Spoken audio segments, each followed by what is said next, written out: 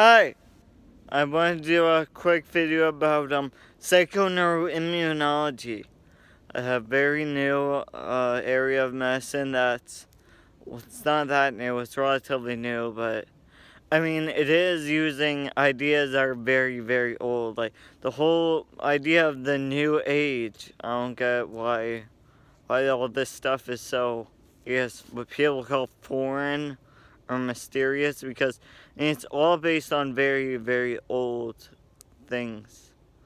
So psychoneuroimmunology, it's exploring the connection between mind, body, and spirit, or how, like, the health of our mind affects the health of our body, which, I mean, I think is definitely true. I mean, mind and body, they're part of the same vessel, so I mean, how is the mind separate from the body?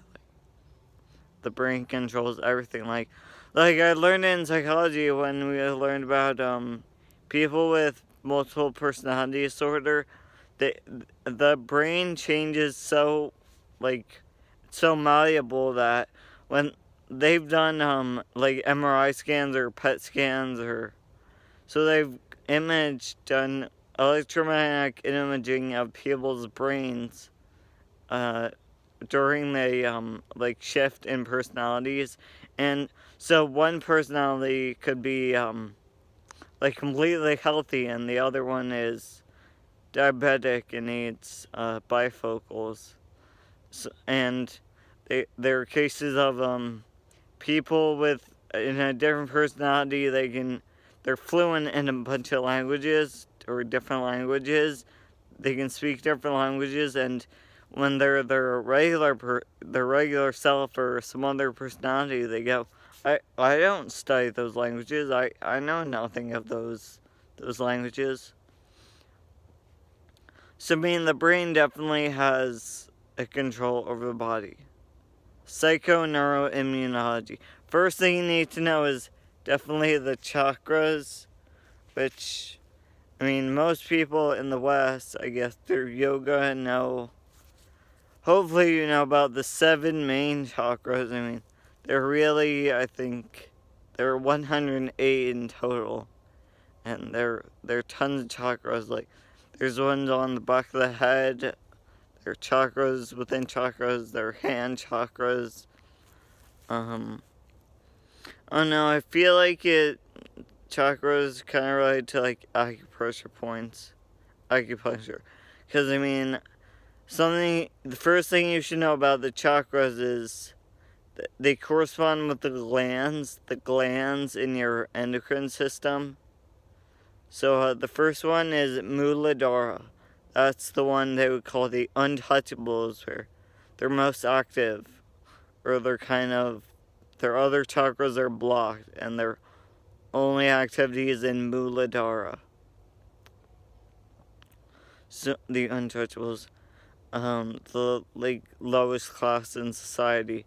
So Muladhara is associated with, I guess, egocentrism, or it's called the root chakra because, I mean, they call it a plumb bob, or my Tai Chi teacher does, plumb bob, because the roots are connected to the earth, and you're connected to like reality. And Muladhara is represented by the color red, so whenever you have like anxiety or, I don't know, when it's out of balance, people can, like, depression or suicidal thoughts are a very common sign of an unbalanced or not unhealthy root chakra.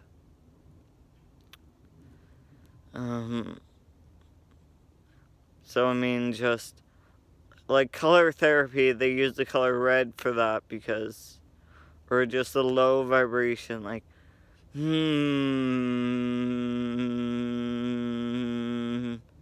kind of meditate on that lowest tone you make, that lowest vibration. Yeah, sound therapy, meditation.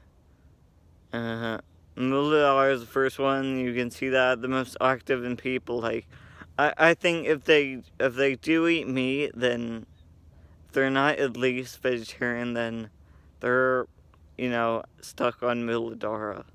They're the untouchables. And see what the other. The second one is Svadhisthana. Hope I'm pronouncing that right. Svadhisthana is represented by orange. It's 8 petals on lotus flower. All the chakras are represented by lotus flowers. They all have different, like Sanskrit letters written in them to signify with different, like, vowel sounds or different vocal sounds they'd make to, like, corresponds with chakras. So Svadhisthana is the second one.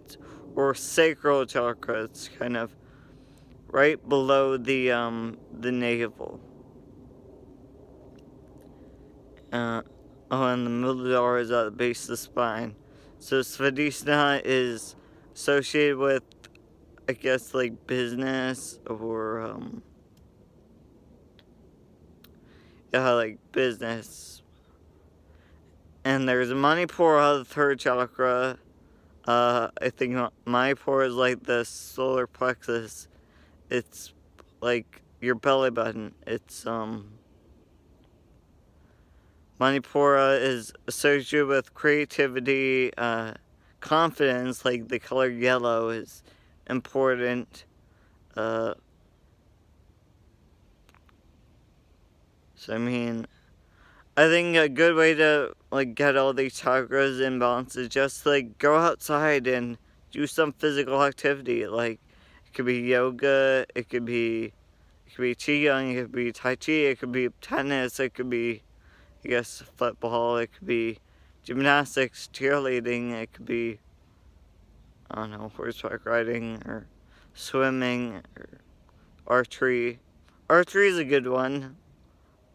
I think archery is, because it's like target practice. It is target practice. Or darts, I guess, inside. So that's pretty cool. And, see, Manipura and Muladhara, Svadhisthana, Manipura. Anahata is the heart chakra. That's compassion, and it's represented by the color green, or green and pink. So, compassion and recognizing that other people just want same as you because they're the same as you. Like, I think that's why in the old caste system days, like, people would always say namaste to people because when they greet each other, they want to recognize that you and me, we have the same light within us. We're the same, you and I. So, sign of respect. That's Anahata, and I've seen really cool things like people at Holistic Expo selling like these sort of glass, like looking glass things where you just hold it up and it changes the color of all the things you see, like color glasses, sort of. So I mean, just color therapy again is a good way. Let's see. There's Muladhara, Svadhisthana, Manipura, Anahata. Vishuddha is like at the throat chakra. Your throat. Has to do with communication. It's color blue, it's the color blue, and being able to speak your truth or not.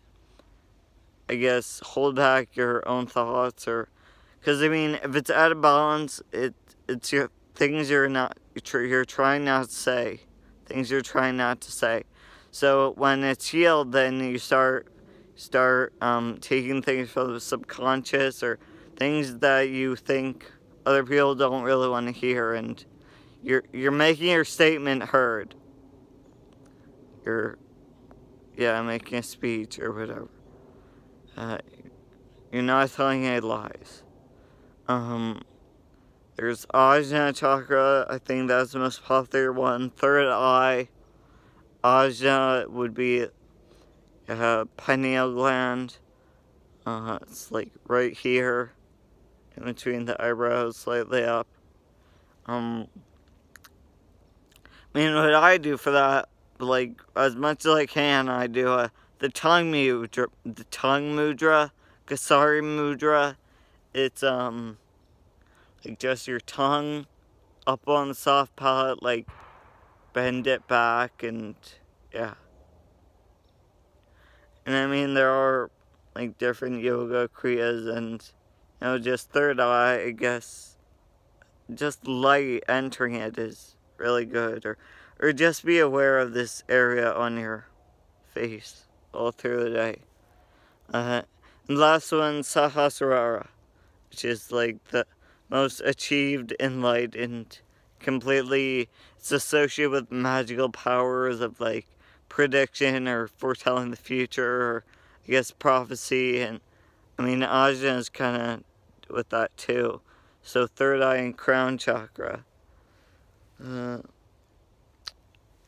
I mean, just, I guess you could imagine you're being pulled like a puppet from someone's pulling a string connected to your crown chakra or the byway point all the way up.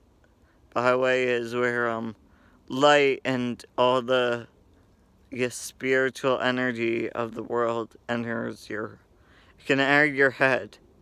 And so psychoneuroimmunology, it has to do with how your mental blockages, or I guess internal blockages, correspond with physical symptoms, or they can correspond with physical, spiritual, or mental symptoms. Like if you're a person who worries a lot, like a mental disease, I think that corresponds with you have blocked occipital lobe, or you have blocked blood flow to your occipital lobe. And I mean, there's other stuff with, like, when you have a stomach ache and you put your hands around your stomach instinctively, like, that corresponds with a problem with Manipura. So, yeah, psychoneuroimmunology, please do your own research, and, this is Michael Watts signing out. Have a good day. Get outside